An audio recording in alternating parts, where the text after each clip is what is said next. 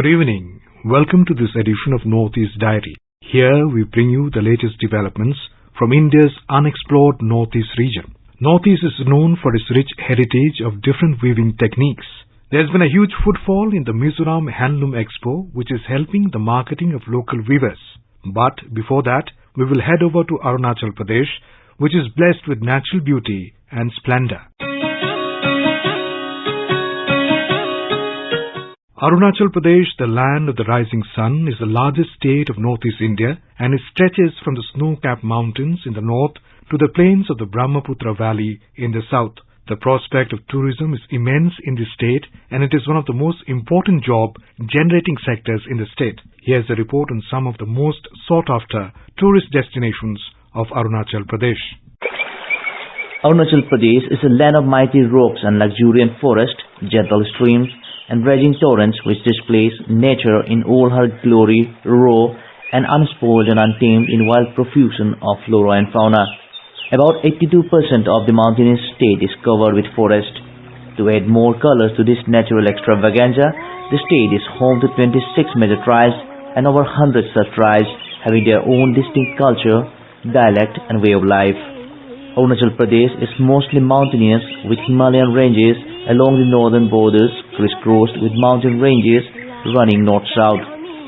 Though it is the biggest state of northeastern region with over 14 lakhs population, the state is sparsely populated, but this thin population in fact has contributed in not altering the natural landscape. One of the most sought tourist destinations in the state is Tawang. Nestled in the Himalayas, Tawang is a charming hill station. With a rich culture and history, Tawang houses India's largest and Asia's second largest Buddhist monastery and is revered destinations among Buddhists. Temperature in Tawang dips below 0 degree during winter. This year, Tawang has started experiencing snowfall from last week. Another beautiful tourist destination is Mechuka in Siome district along Indo-China border. This place is known for its beautiful landscape and adventure tourism like paragliding, rafting, etc. Jiro in Lower Subansiri district is another tourist hotspot after Tawang in the state. Jiro Plateau is also known as the rice bowl of Arunachal Pradesh, as people of the area has a unique way of integrated farming method of fish cum paddy cultivation. The Jiro Music Festival is an internationally acclaimed annual event. Apart from this, some historical remains dating back to ancient times are also point of attraction for tourists.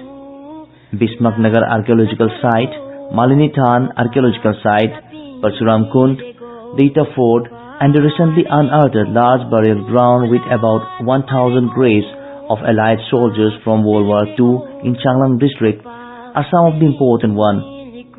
The capital city Itanagar got its name from the medieval monument Ita Fort, situated in the heart of the city. The Ita Fort is believed to have been constructed in the 13th and 14th century by the then Sutiya king who ruled over the region. There is also a legend behind why the fort was constructed. According to local folklore, a king from the plain was so attracted towards a hill tribal girl that he married her and built the Ita Fort for her. Apart from all this, the state is a biodiversity hotspot and houses innumerable plants and animal species which attracts wildlife enthusiasts from across the world. In Arunachal Pradesh, the concept of hotel is not very much popular in rural areas, but beautiful and cozy homestays are almost available across the state. Arunachal Pradesh falls under restricted area and official permission is required to enter the state. Therefore, the visitors other than native of Arunachal Pradesh are required to obtain an inner line permit for entry. One can apply for inner line permit online. Individual foreigners visiting Arunachal Pradesh or East Kameng district require restricted area permit from the Ministry of Home Affairs, Government of India. For Northeast Diary, this is Rakesh Dole, AR News, Itanagar.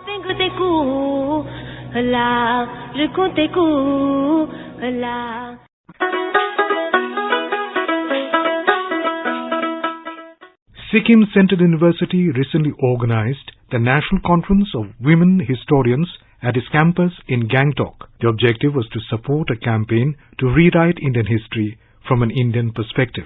Organized by Sikkim Central University's History Department, the two-day National Conference of Women Historians in Gangtok was supported by the Akhil Bharatiya Itihas Sankalan Yojana, a campaign by Indians to rewrite Indian history from an Indian perspective. Head of University's History Department, Dr. Vinu Pant, speaks about the objective of organizing the conference, which is based on different social and religion perspectives to history. We are the people who are actually trying to put the Indian perspective into Indian history so that our socio-cultural aspects, our local histories, history of the people and our regional histories, they all come into focus and not just the Delhi-centric history which has been taught to all the younger generations for such a long time. India is a very vast land. We cannot just focus on one area or one zone. Calling those who ruled Delhi the rulers of India is as unjustified as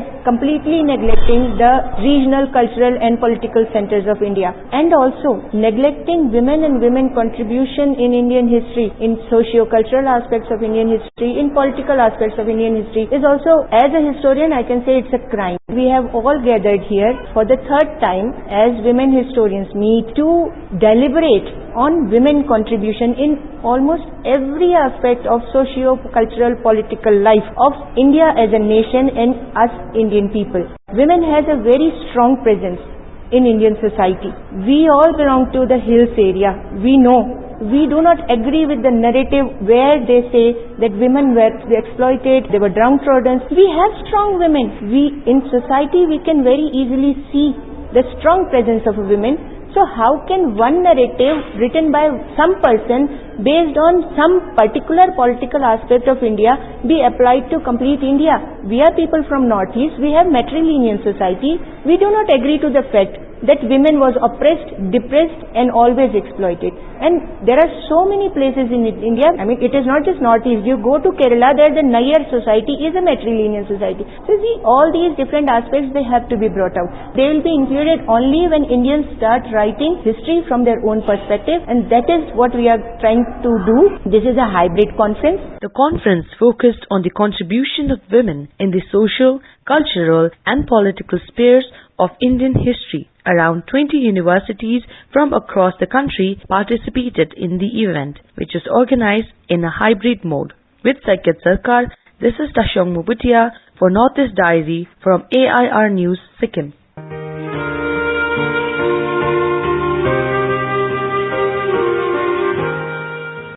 Now we will talk about the handlooms of Mizoram. The state is one of the well-known states for handloom products. It might not be wrong to say that each and every household in the state owns at least one loom, be it the local loom, Indian loom or the Burmese loom. The handloom products of Mizo weavers look very unique with very fine intricate designs. With a heavy reserve of products, the Mizo weavers have recently joined a handloom expo at Aizawl. The expo has become a one-stop hub for all traditional, modern and sustainable products of handloom like apparel, useful household materials and decorative items, which has drawn a huge response from the common people. Here is a report from our correspondent from Aizawl. With the aim of propagation of handloom and for giving marketing support to weavers, the Central Ministry of Textiles runs an integrated scheme which is called the National Handloom Development Program. Under this, the State Commerce and Industries Department has recently organized a 15-day-long handloom expo in Aizawl. The City Club Park where the expo was held was right at the center of the city to draw footfalls. Around 100 stalls were put up and the weavers also displayed beautiful handloom products of attractive designs with modern looks. On this, AIR News has spoken to the officials of the Handloom and Handcrafts Division of Commerce and Industries Department to know about the response of the public to the expo. Assistant Director of the Handloom Division, Mrs. Hun Thiang Limi, informed that the Ministry of Textiles has sponsored the expo. She said, for the development of handloom, textiles and handicrafts, the Ministry of Textiles Government of India is implementing several promotional schemes for the weavers in a country. As a part of the schemes, market promotion schemes was initiated for the year 2021 to 2026. So there are different kinds of expo under the schemes.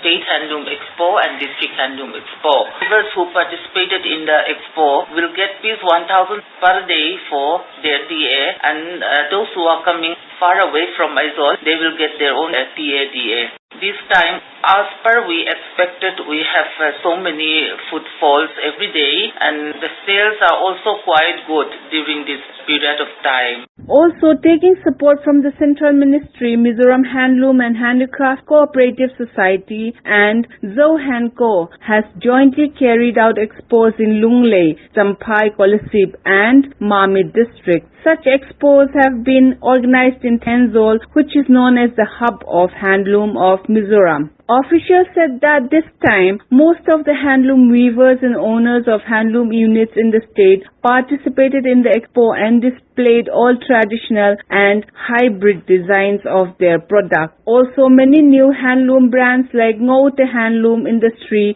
showcased their products. The Sericulture Department also participated this time with different products made from raw pure silk. Of all products, the state products were sold at expensive rates ranging from 20,000 to 5 lakh rupees. Joining this expo, the happy-goer weavers and handloom owners said that this expo has brought them sales and income. For Northeast Diary with Subhashis Chanda, Irene from Aizawl.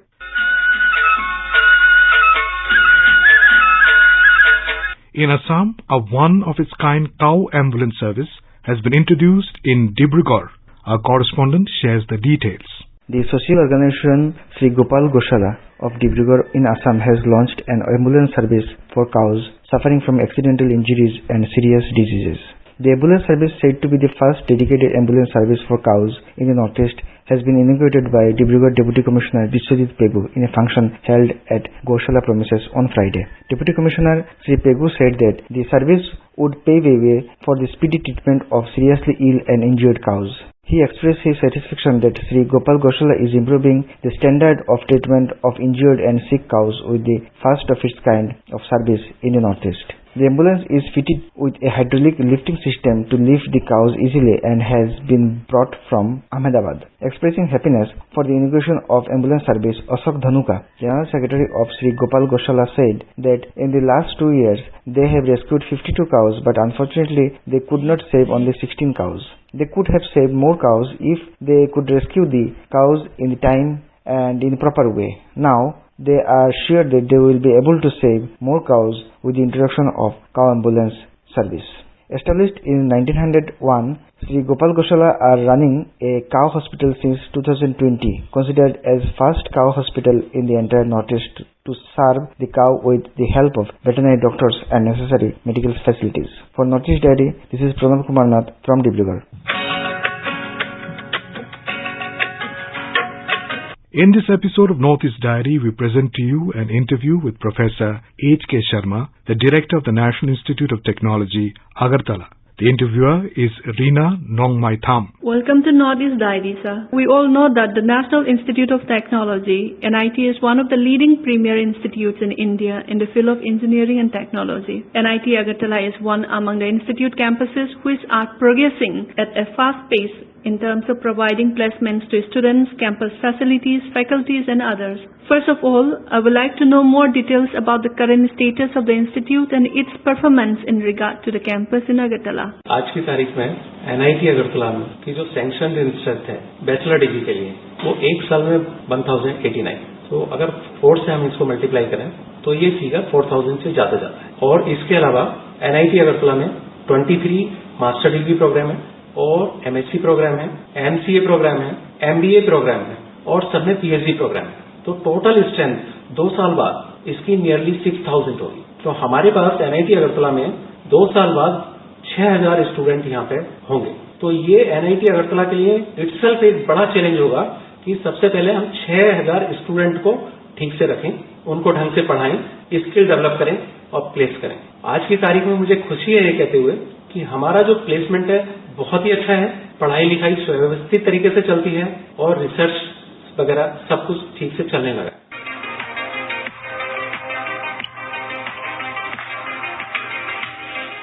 Moving on, what is your future plan and a prospect of the institute? अब future plan में जब हम बात करते हैं तो हमें ये देखना पड़ेगा कि हमें खाली प्लेसमेंट और टीचिंग और रिसर्च तक ही कन्फाइन नहीं करना है, अपने आप को एक ग्लोबल फिगर बनाना है जहां पे अक्रॉस द वर्ल्ड ये लोगों को पता चले कि एनआईटी अगरतला में हमें जाना है। उसके लिए हम लोग कार्यरत हैं।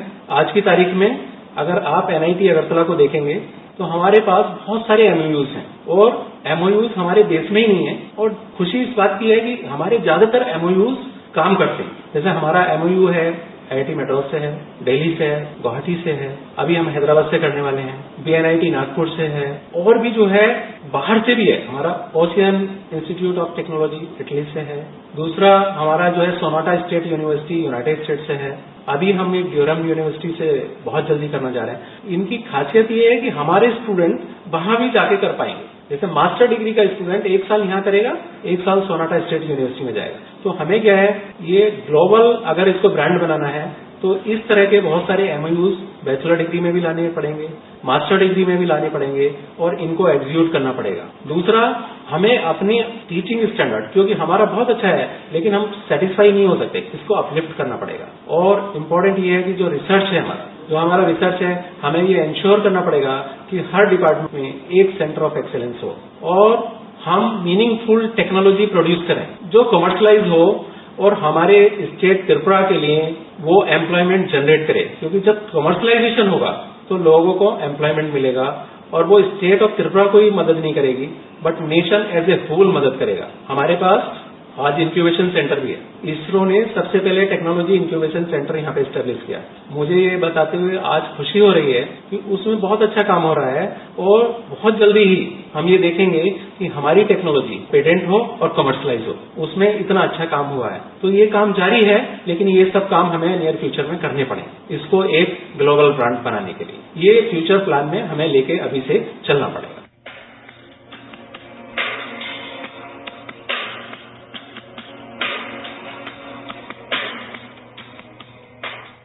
Sir, please share with us if there are special provisions for students belonging to the economically weaker section in the society. EWS ये गवर्नमेंट ऑफ इंडिया ने 2 साल पहले सारे इंस्टीट्यूशंस को, भारत सरकार के जितने भी इंस्टीट्यूशन हैं, सबको इम्प्लीमेंट करने के लिए डायरेक्शंस दिया था। आज की तारीख में हम लोग EWS पूरी तरह से इम्प्लीमेंट कर चुके हैं, बैचलर डिग्री में भी, मास्टर डिग्री में भी। इसके साथ साथ भारत सरकार ने इसमें हमें अभी फंड भी दिया है और उन्होंने कहा है कि इससे अपना कुछ फैसिलिटीज जो है कैंपस में क्रिएट करें।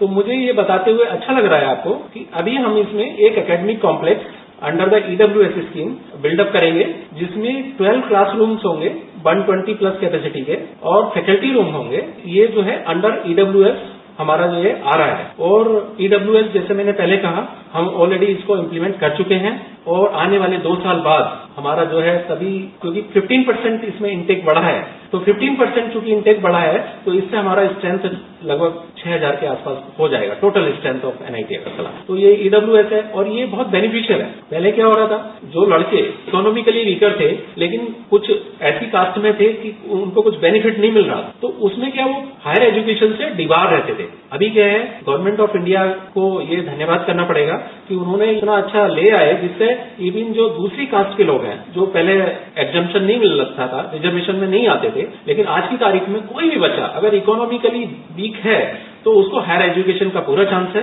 और उसको सारे बेनिफिट्स यहाँ से मिल रहे हैं, उसको भी एग्जम्पशन हो रहा है फी में और वो अपना हायर एजुकेशन ले सकता है। तो ये बहुत अच्छी जो है फ्लैगशिप स्कीम है जो भारत सरकार ने जो है सारे हायर एजुकेशन इंस्टीट्यूशंस को दी है और ये समाज के लिए बहुत ही अच्छी चीज है जो आगे आके बहुत फ्रूट्स को रीप करने में मदद करे।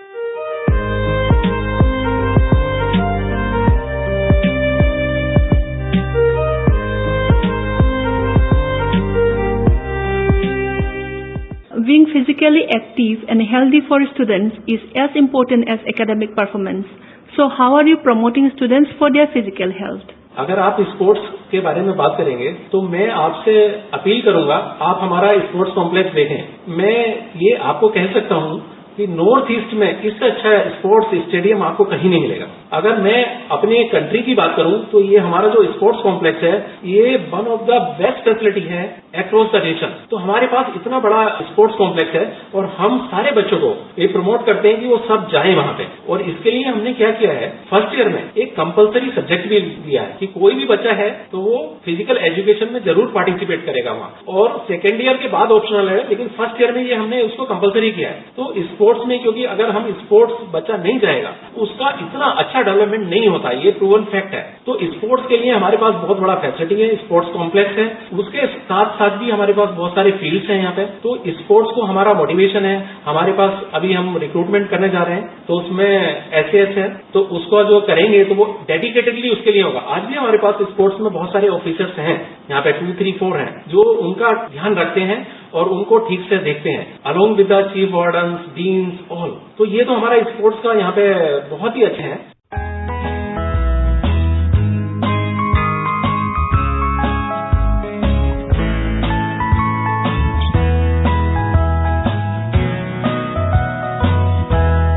We heard that NIT Agartala has taken up various civic action activities. Please also share with us about those also.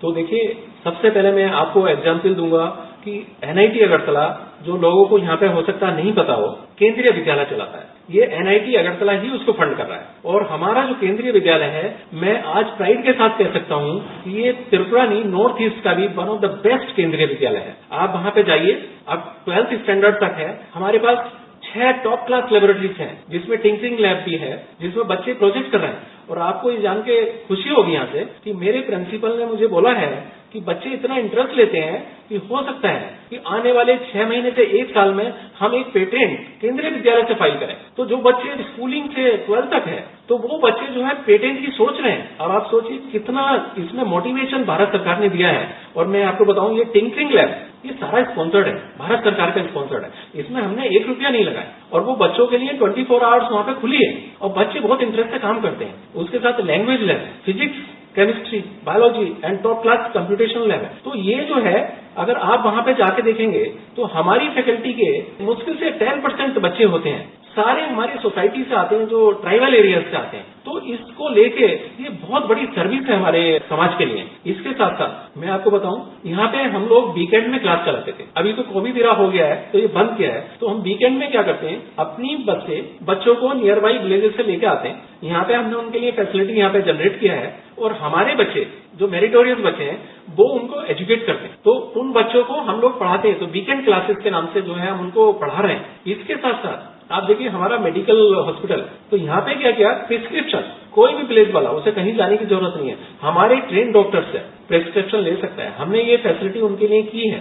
और इसके साथ साथ भारत सरकार का उन्नत भारत अभियान है, वो हम रीजनल सेंटर है, उसमें हम जो है आगे आने वाले समय में बहुत बड़ा रोल अपना प्ले करने वाले हैं। उसमें क्या है, हमने ये इंश्योर करना है कि हर संस्थान जो है त्रिपुरा का भी 5 गांव को अडॉप्ट करे। हमने 5 गांव अडॉप्ट कर लिए हैं। उस 5 गांव से हम लोग टाइम टू टाइम ट्रेनिंग देते हैं बच्चों को। आपको ये जान के अच्छा लगेगा, 3-4 पीपल जिन्होंने ट्रेनिंग ली थी यहाँ से, उनको एम्प्लॉयमेंट भी मिला।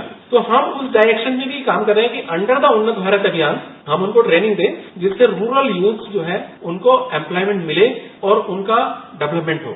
Thank you so much, sir, for giving your valuable time. I hope we meet again in such programs in the future. For Northeast Diary, this is Rina Nomaitem from Agartala.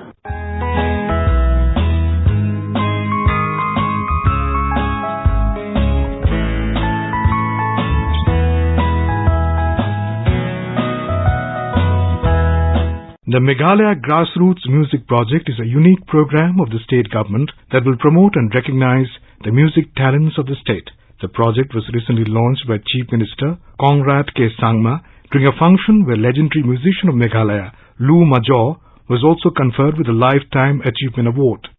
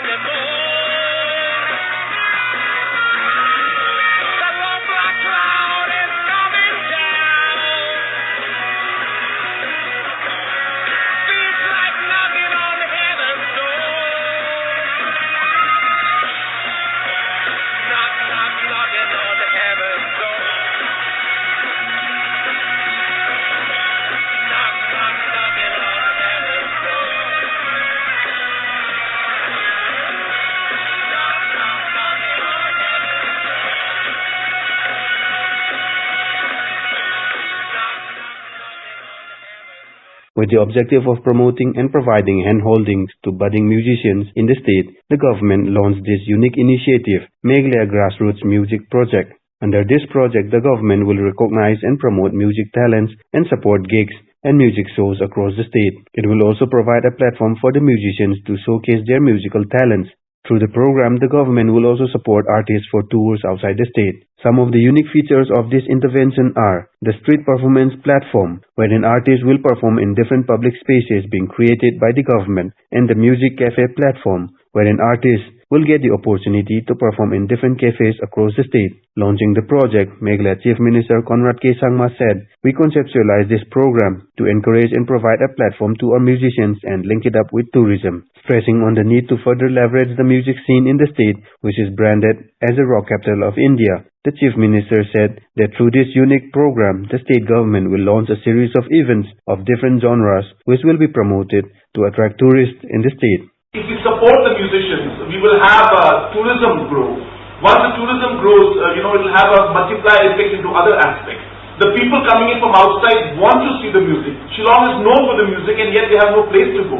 So how do we connect all of this and come up with a program where we are able to help the musicians, we're able to give the platform to them, we're able to financially support them, we're able to push the tourism aspect. All of these dots can be connected, and that's really what the objective was, and I'm very happy to see that finally this has fructified, and today we have the first part of this. In fact, we were supposed to start this last year, but that hit us, and we had in fact planned it very aggressively with tourism department. Our actually plan was to have weekends, and really we thought that when the Delhi flight started, we will market very aggressively in Delhi, and the marketing would be, spend a jazz weekend in Shillong, on the second week of September. Then the blues weekend in Shillong on the third week of September, and then you have the rock weekend. So, we market Shillong as a weekend destination because we had flights in the weekends. And then we'll be able to connect that music part with the people, the tourists. It is hoped that this project will ensure a positive change in the mindset of the youth who would take up music as a career, whereby create a positive environment for musicians and music lovers. This is Rustam Fornodizari from AIR News Shillong.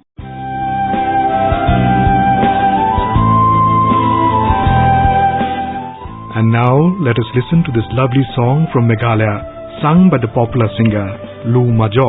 Lost on a dream, I saw you standing there on the edge of a gleaming white chair. I asked you why, and you started to cry, for at last you were going to fly. I thought it strange, so I said, please don't go. Stay with me, we can play in the snow.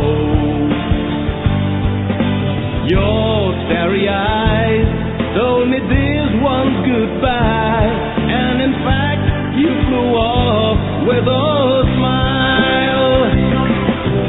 With that, we have come to the end of this edition of Northeast Diary. Do join us next week to hear more stories from this enchanting part of India. Goodbye. This program was presented by Abhishek Mukhopadhyay, scripted by Suparna Saikya, produced by Sharmila Goswami, and assisted by Kamlesh Mudgal. It was brought to you by the News Services Division of All India Radio.